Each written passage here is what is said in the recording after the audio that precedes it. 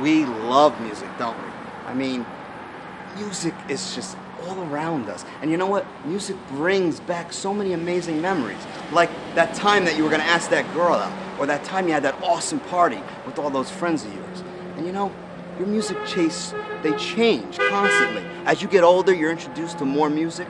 As you get older, more people introduce you to other things. And you're always looking for music. And sometimes you'll spend $100 to see your favorite band. But let me tell you something. Sometimes you don't have to go that far or spend that kind of money to find some awesome music. Sometimes it's in your own backyard.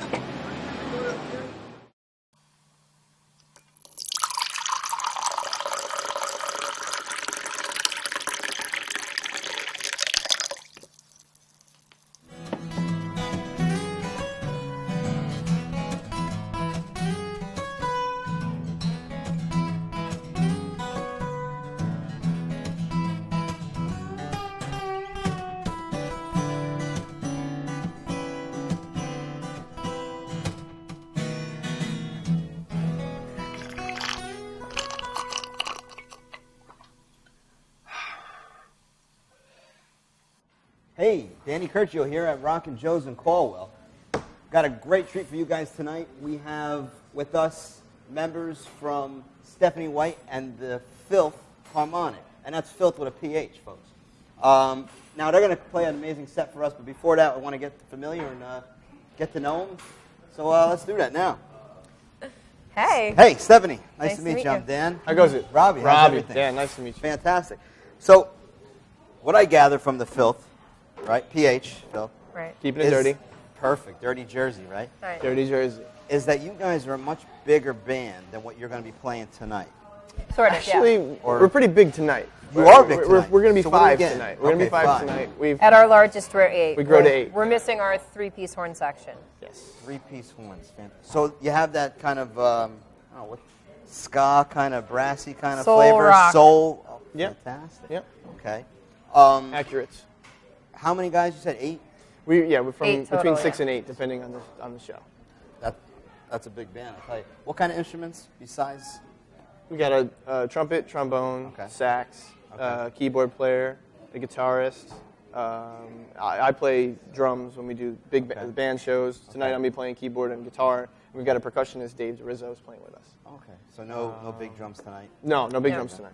No big drums tonight. We're calling it strip tonight. Usually when we play as a 5-piece, we call it strip. Strip down. We also play acoustic, which is just me and Robbie. Okay. And sometimes Chris comes with us too at the acoustic gigs. And then at our fullest, like we said, we're the 8-piece. So. Awesome. Now, I'm curious, where did you guys meet? Where did everybody get together? A big band like that. I used to go to Robbie's shows when he was the drummer of the Miasmics, which was his first local band in Verona. It was a ska band.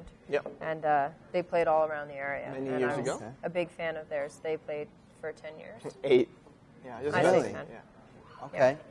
We played quite a bit. So you were a big fan. I was, and I never, when he was doing that, when he was in his band, I never really pursued that. I was just sort of getting into it and finally getting the courage to step on stage in the first place. And then, But the rumors were out that she was the best thing since, I don't know. I don't even know. I did Aretha. the local talent shows, but other than that, I didn't really get into live performing, and it wasn't until college that I really started going after it. And it happened at a convenient time. I was just finishing up American Idol, and I came back from Hollywood, and he was going on hiatus with his band. So I said, I need a band, and you don't have one anymore, so we should do this. Yep. And we got together. That's awesome.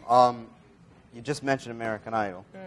This very popular television show, right? Could you just talk to us real quick about that experience? What that was like? Awful, positive, negative? It was an experience. It was TV. It was a good experience. It was just, I always say that more than anything, I've been in a lot of singing competitions, and more than anything, this was a reality TV experience than a singing competition. That's what I figured. Because it's, there's so many elements, and you can tell that's why people like the show, is because there are characters, and they like your character or they don't. It's not about whether or not you're you're the most talented. You know, seeing that top 24, that some pretty awful people make the top 24, and you wonder how the hell did they get on there. I agree. Well, let's just put it out there that she was in it the season that Taylor Hicks won. Oh, okay. So you know, like, something's up. Yeah. Something's not right. Taylor Hicks, Catherine McPhee, that was my season. Okay. So, would you say that it kind of, I don't know, gave you a different perspective on the music industry? For sure. No, I mean, no. On the music industry, no. On television, yes. Okay. You know, the music industry still is what it is. Yeah. I think that, I think that every year they're looking for something different with American Idol, and I think that, they were looking for a country singer the year that Carrie Underwood won, and I think that they were looking for some gray-haired dude who can sing soul music the year that Taylor Hicks won. You know, I think they know what they want, and they pick characters to help shape that. But she did say to me when she got back, she was like, you know what, I don't need to go through some kind of ridiculous TV outlet to make it. I want to get a band and do this thing. Well, I just, I mean? Came back from it, and I was kind of frustrated with people's responses because everyone was very, remorseful and saying, oh my God, like, I'm so sorry it's you all didn't over make for you. it. Oh, Like, what? yeah. It wasn't even that. It was, what are you going to do now? And I was like, well, I'm still going to do music. Like, why would I stop because I didn't make it in the, I didn't make it all the way. So it was kind of like, the first song that Robbie and I wrote together is called Tough Enough, and it's kind of about that, like why, like, that experience. I'm tough enough. I can make it in this industry, and I at least give it my best. Right, exactly. If you had any advice, I guess, for, I don't know, kids that are because kids are watching this show. Yeah. Sure. And maybe, and they want to do it. And they go for it. I mean, what do you say about that? And I think they should. I don't call it it's not a negative experience by any means. It's something that I think that having gone through that makes me definitely a tougher person. The competition and the stress of the competition in general. I mean, I stood in line with the best of them, and I made it through that first round, and then there's 3 rounds that you go through before you even make it to what you see on TV. Yeah. And so, I did all that preliminary stuff, and then while I was in Hollywood filming those episodes, I was also in my last semester of college and, emailing during my breaks and trying to finish up schoolwork. And, I mean, that's sort of been my life ever since because that's what I do in between shows and, art advertising for us and, promotion and all that Robbie and I do all of that. Okay. Trying to write new songs. Yeah. Yeah, there's no time for creativity because you're consumed with all the business aspect of the music industry as well. You guys are independent, trying to get your name out there. Mm-hmm. Talk to us about that process of getting your name out there. What do you do? How do you get it going? I mean, the internet has been the biggest blessing and curse of any independent artist ever because it's like everything is all of a sudden completely accessible to anyone anywhere in the world, but at the same time, a double-edged sword. Everyone is accessible to everyone in the entire world. So it's like, that's true. It's like, so how do you sift through the garbage when there's so much out there? So much out there. You're Good right. musicians now have this new outlet to put up their music and get the exposure, but so do bad musicians, and so do non-musicians. So it's all there. Yeah, so do people like faux musicians, people who happen to have a guitar and they record it and they put it on YouTube and just you don't really know why they got a million hits. It just so happened that it just seems kind of random now. To do it, it's kind of random. And it's just plugging, getting places, booking shows. And just trying to get reviews and things like that. That's what we got some good reviews on our first album. Yeah. This is our the newest child. This is the new one. Yeah, we released What's this called? It's a girl. This is why we can't have she's nice things. all grown up. I love that name. It's what my mom used to always say. This is why. That's what everyone says to me every single day of my Fantastic. life. So that's why we named it that. That's what he says to me. It's what my mom says to me. It's what my boyfriend says to me. So we released this October 9th, and we had a really great weekend, really great turnout. And So who are some of your influences when you're making these songs, when you're creating? What do you think? Who are some of these artists that... Our influences are pretty different. Okay, well, let's start... Which kind of make when everything comes together, it's what makes it sort of interesting, I think. Right. Or what kind of sets our music apart. But you can go first. I mean, my influences are when I was young, I used to listen to stuff like Chicago and Jethro Tull and sort of bands that were like not just guitar, bass, drums. Like always, there was either a keyboard or a horn section or a flute or something like that going on.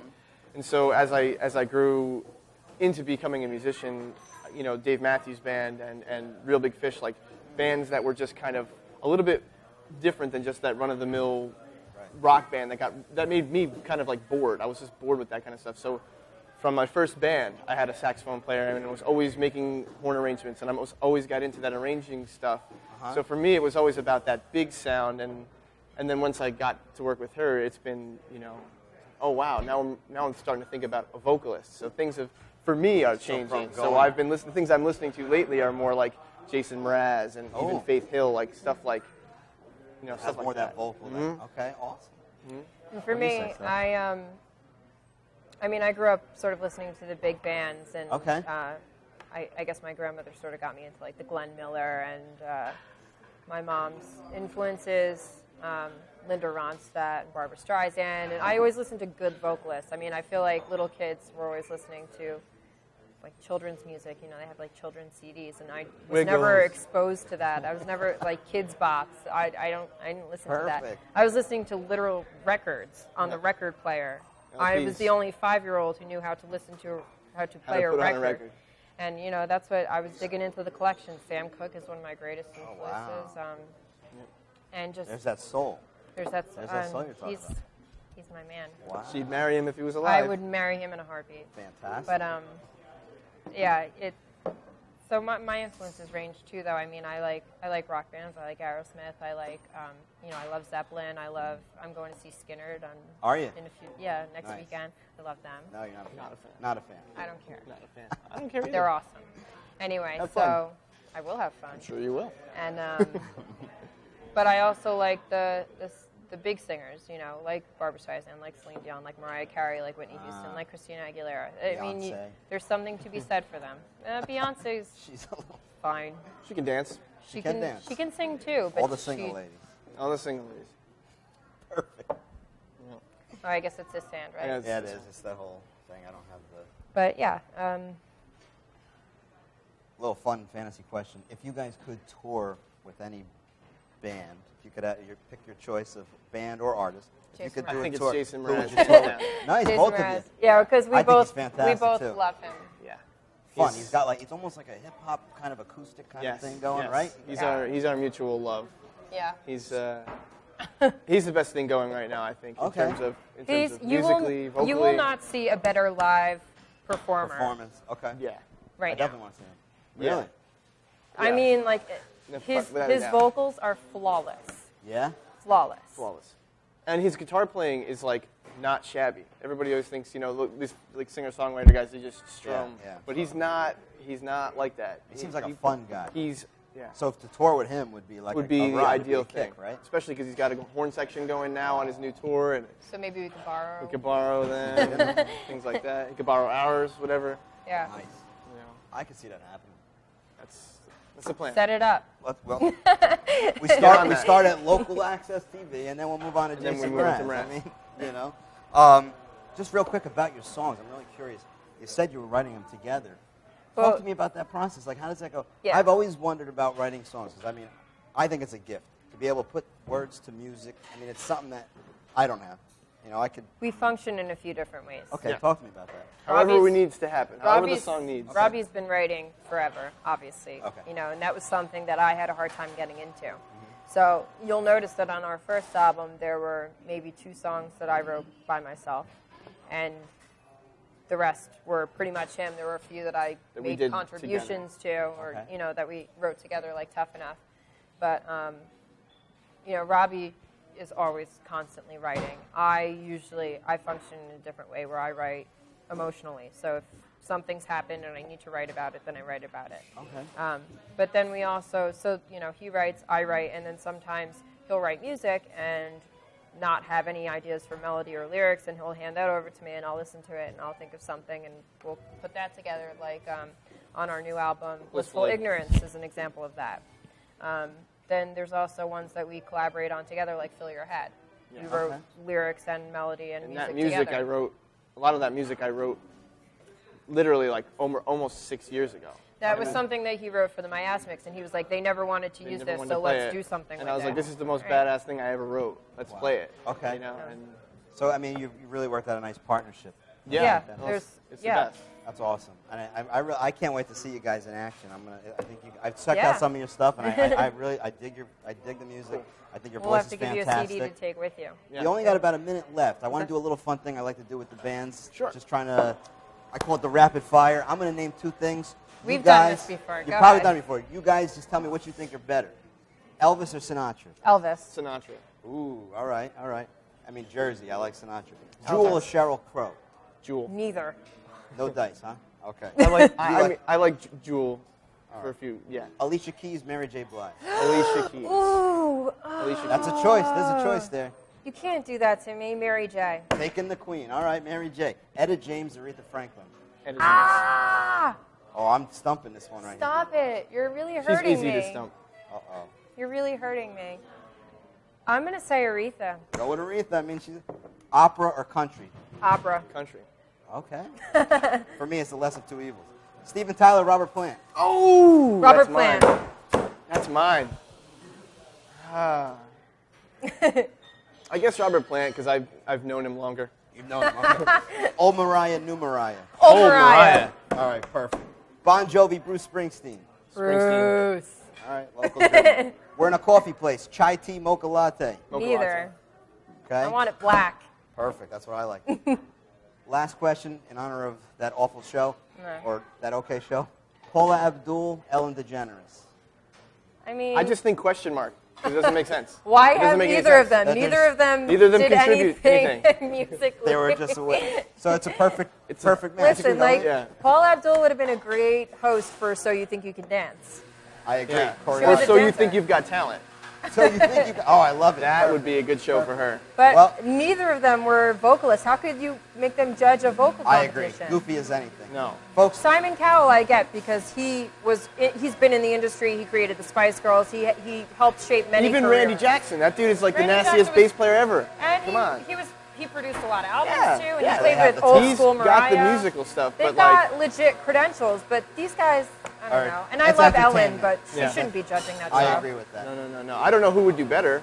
I mean, it's TV's weird. They gave Bonnie Hunt a talk show, so it's like you never know what's going to happen. They gave Public Access gave Dan Curcio a little show. Yeah. So I think that's goofy as anything. You never know what can happen. You I never don't know know what's what going to happen. Guys, no offense to Bonnie Hunt. It was really nice meeting you guys. You too. I can't wait to hear you rock out. We're looking Go forward for to it, and awesome. Good luck. Best of luck. Thanks. Get this CD, folks. Oh, how about this? MySpace.com/Philth Harmonic. PhilthHarmonic. Fantastic. Thank you. Thanks a lot, guys. Thank you. Appreciate it. This one's called Figure It Out.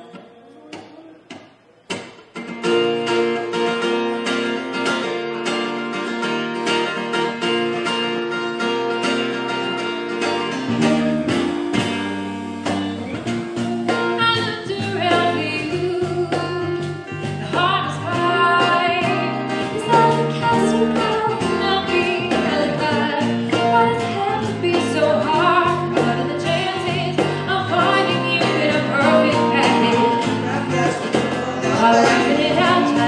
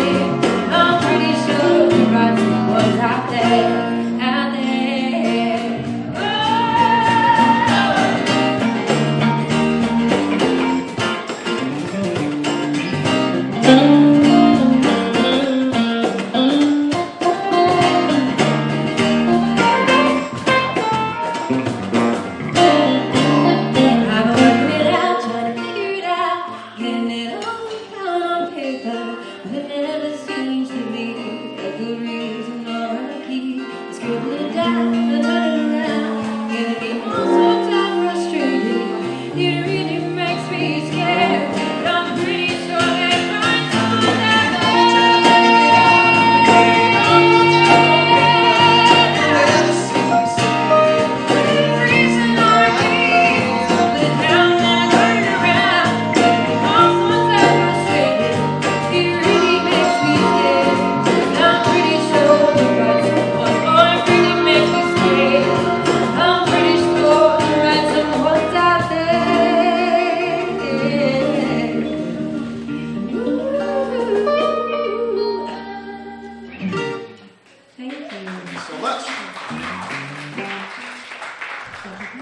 Once again, that one was called Figure It Out from our new album, This Is Why We Can't Have Nice Things, released on October 9th. This next one's called Selfish Fool. And it's one that I wrote about a boy. It goes something like this.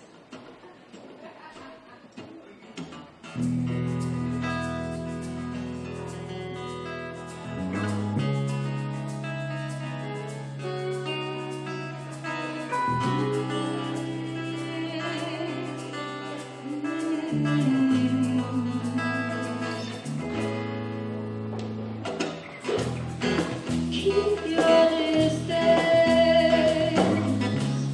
and they stop short.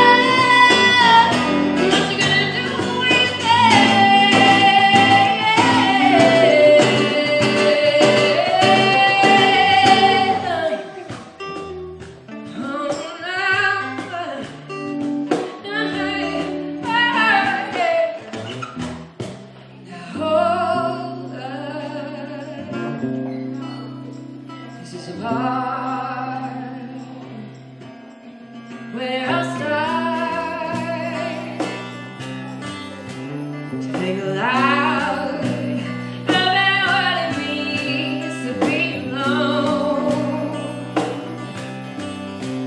Time it seems to pass a little slower now than I know. I know you're not coming home.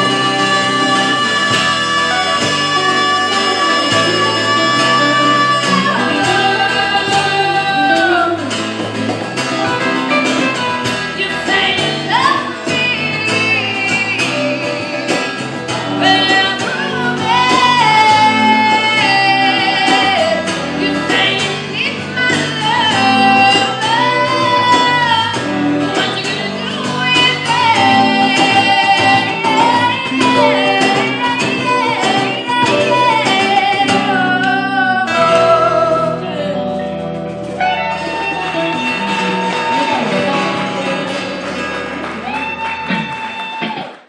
What'd I tell you about the local blend? We're bringing you great music, and you know what? It's right in your backyard.